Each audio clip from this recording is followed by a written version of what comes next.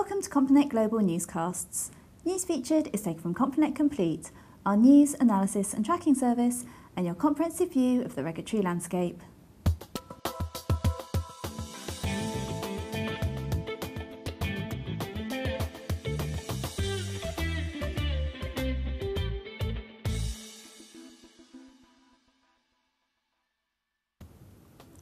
In the US, a federal judge has declined to sign off on the SEC's $75 million settlement with Citigroup over the bank's inadequate disclosure of its subprime mortgage problems.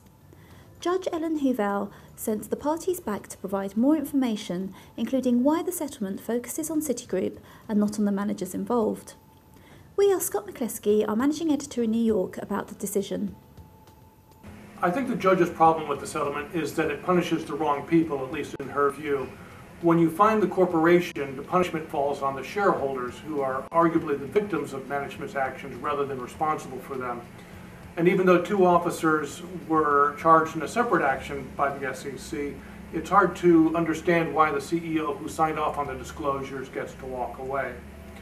So I think this decision, along with the earlier rejection of the SEC settlement with Bank of America, shows an emerging trend where the courts are taking issue with the SEC's longstanding approach to fine corporations. And that's a debate where the courts are going to have the final say.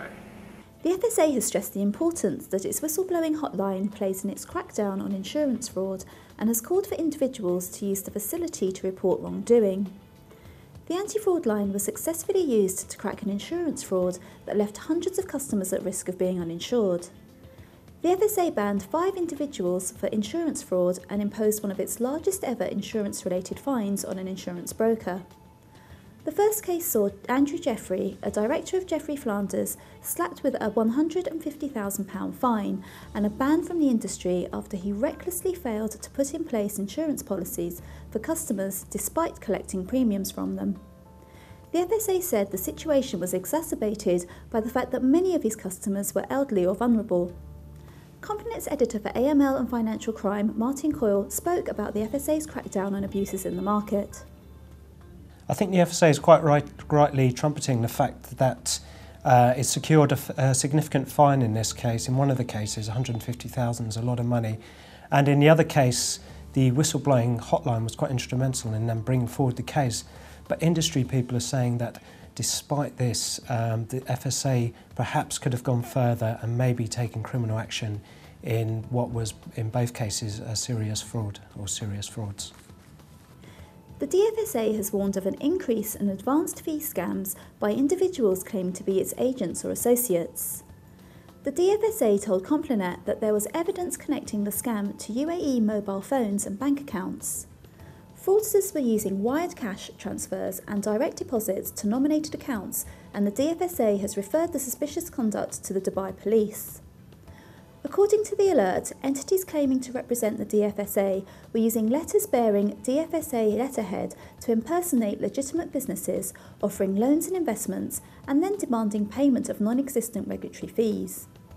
The DFSA warns the public not to deal with people who charge advanced fees for the provision of services on behalf of the DFSA, an official statement said. And finally, the Hong Kong Monetary Authority has engaged a service provider to conduct a mystery shopping exercise to help monitor banks' compliance with the Code of Banking Practice. The HKMA said the exercise would start in September and would assess banks' compliance with the code from a consumer's perspective.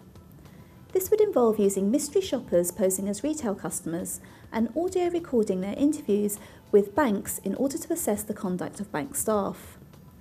Meena Datwani, the HKMA's Executive Director for Banking Conduct, said the mystery shopping programme will help the HKMA gain an insight into the level of compliance with the code in the banking sector and identify potential areas for improvement.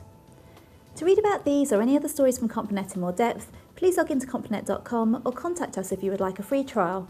Join us next week for another newscast from the Complinet Global News team.